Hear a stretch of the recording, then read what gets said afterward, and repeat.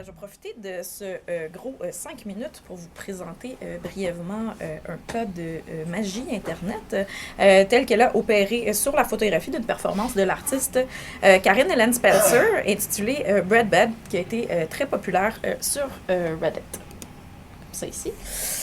C'est l'œuvre en question. Ce cas provient du projet de recherche Art et Site mené par Suzanne Paquet, prof d'histoire de l'art à l'UDM, et une équipe dont je fais partie. C'est un projet qui a pour but d'étudier l'action des publics sur l'art. Il tente de cerner les réciprocités entre sites et sites en ligne et hors ligne en étudiant la circulation de photos d'art dans l'espace public. On le sait, les œuvres éphémères comme la performance nécessitent la plupart du temps une forme de documentation photographique afin de donner de la visibilité aux œuvres.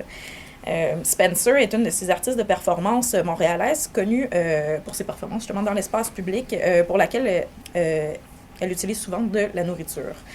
Son œuvre Bread Bed, pour son œuvre Bread Bed, elle a utilisé des dizaines de miches de pain blanc tranchées afin de constituer des lits. L'œuvre a été présentée à différentes reprises entre 2003 et 2005 en galerie et dans des lieux publics.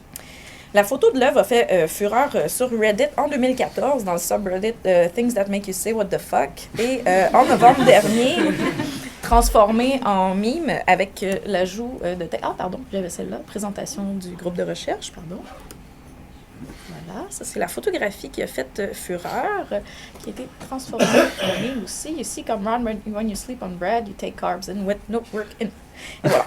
En analysant les nombreux commentaires sur la publication de 2014, on peut lire bien sûr plusieurs what the fuck, mais aussi des jeux de mots avec le pain, des références au gluten ou excuse me, do you have any gluten-free beds? Puis ensuite, on a aussi une référence à l'épisode des Simpsons dans lequel Bart dit à Lisa qu'il croyait avoir entendu « go to bread » lorsqu'elle lui demande d'aller au lit. Donc, on constate aussi plusieurs critiques quant au gaspillage de nourriture, mais on y voit surtout les possibilités de légendes qui pourraient être accolées à l'image, un peu comme le veut la tradition des mèmes Internet, réinterprétant sans cesse le même motif. En plus de lire plusieurs hypothèses sur ce qui pourrait être représenté. I want an explanation. L'un des utilisateurs raconte par exemple une anecdote expliquant qu'il s'agirait de militaires qui avaient trop de pain et pas encore de matelas. L'utilisateur Reese Maxwell recommande ensuite d'utiliser la recherche d'images inversée de Google pour élucider le mystère. Mais on peut aussi constater différentes réactions d'un public exposé à ce type d'art par accident. Ce qui arrive aussi dans la rue en présence d'œuvres éphémères, furtives ou performatives, par exemple, mais qui demeurent difficiles à étudier.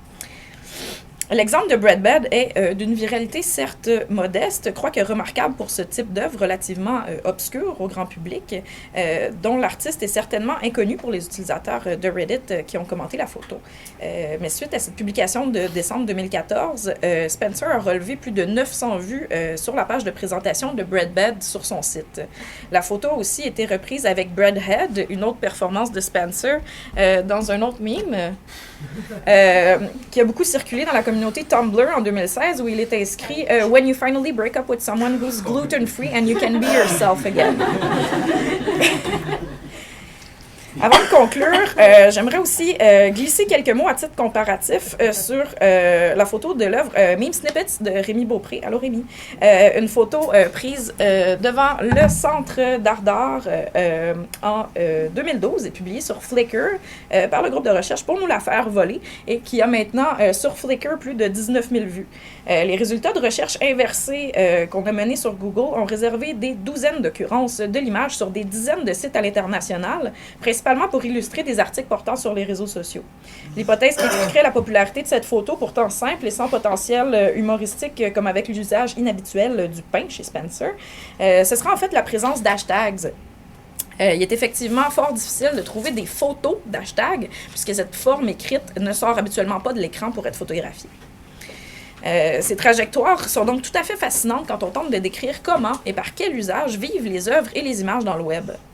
La photo de Meme Snippets montre une œuvre qui utilise les codes du web afin de sortir du régime de visibilité traditionnel de l'art contemporain pour entrer dans des espaces du web qui ne sont vraiment pas dédiés à l'art. La popularité de la photo de Brad Bed, réappropriée par les consommateurs et producteurs de mimes, dépend quant à elle de ce détournement des usages de la nourriture et permet de façon différente de sortir de la bulle artistique, voire de la faire éclater, afin de traverser du côté grand public, Internet savvy de Reddit ou de Tumblr, par exemple. Si la photo de meme snippets correspond plus au meme en termes de propagation d'un motif ou de tartimédia et que les instances de réutilisation sont plus nombreuses, la visibilité de Brad Bed, elle, est augmentée en tant qu'œuvre d'art, c'est-à-dire non seulement en tant que photo ou qu'illustration, comme pour meme snippets qui n'augmentent pas ou peu la visibilité de la pratique de l'artiste. Ces exemples témoignent donc d'une forme d'élargissement des publics de l'art, rendu possible par l'action de partage et de réappropriation des publics. Je pense qu'ils permettent aussi, de façon somme toute modeste, de démontrer au moins l'attention et la visibilité que peuvent obtenir ces types d'œuvres temporaires dont le public immédiat est restreint, mais résolument élargi et diversifié une fois passé dans la culture mémétique. Voilà.